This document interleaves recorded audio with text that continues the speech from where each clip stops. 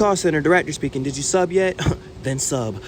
Wait, you mean to tell me that Shannon Sharpe might have got the boot from Undisputed? What? The second that Shannon became available. Mm-hmm. And I like that you did this, by the way. Right. I like that you, hey, right. I make no qualm, I would like him over here. Mm-hmm. I like that for the business. But for the Skip stuff, I was like, oh, no, that's a jab. That hurts. You're going to go after the co-host so soon. You didn't care. I didn't look at it that way. Got it. I would have looked at it that way if Shannon left of his own volition. I'm telling you he didn't. I'm telling you he was pushed out. That's the first time I've ever heard that. Well, I'm telling you, and it's fact. Now, they can deny it. He wouldn't. I can promise you that. He was pushed out. He didn't want to leave. He was notified that your services would no longer be needed. But again, that's his story to tell. Course. But I'm telling you what I know. I'm giving you facts. And so when I saw that, it wasn't just that I know the brother's talented. It wasn't just that I know he's a 3-time Super Bowl champion and an NFL Hall of Famer. It wasn't just that I knew that he had been doing television the last 6 years. I saw me from the standpoint of I was let go in 2009 and left for dead. And they were writing my epitaph, and they were like, Stephen A's career's over. He blew it. He had the opportunity of a lifetime. He effed it up and blah, blah, blah. And I was like, there was nobody in the present day Stephen A. Smith position as the guy in sports media, as the executive producer for the #1 sports morning show that could speak up for me at that time. And I said, this is why I'm here. It's my responsibility. So, it's nothing new.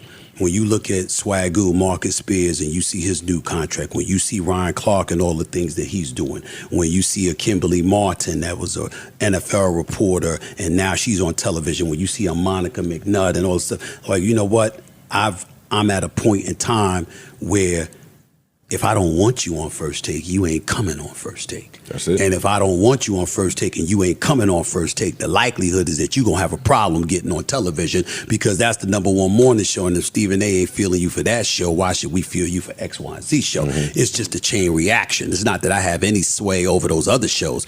Back in before Stephen A. fat forehead ass start talking to me, let's see how I feel about that. How I feel. I don't know if I can believe they let Shannon go. I'm not saying I'm not calling him a liar. It just sounds hard to believe just because Shannon and Skip was like the key to that thing. Don't get me wrong. They had a couple of rocky roads, like for sure. They had a couple of rocky roads for sure. But I don't know if I'm going to believe they wanted to let him go. I don't think it would be that bad. And if so, I wonder who wanted to give him the boot because I know it couldn't be Skip. Because Skip's show is kind of like not the vibe no more. There's too many people on there. It's going to take a little minute for everybody to get the camaraderie and for it to be funny and stuff. Like Shannon was like a one of a kind. And also, I want to say, I don't necessarily believe that like Shannon would have had a hard time landing. I feel like Shannon would have landed on his feet. I don't feel like he would have landed on his ass or on his back or nothing. I feel like Shannon would have landed on his feet. And that's why he's there for 2 days because he got so much more stuff rather coming on. Like Shannon did Undisputed and he made that his own. Like, you know what I'm saying? He did an exceptional job. So I don't know if Stephen A. I don't know if he needed Stephen A's assistant. Like, no, it's a good alley-oop for sure. Not gonna deny it, but I don't know if he needed his assistant at all. But I don't know. What y'all think?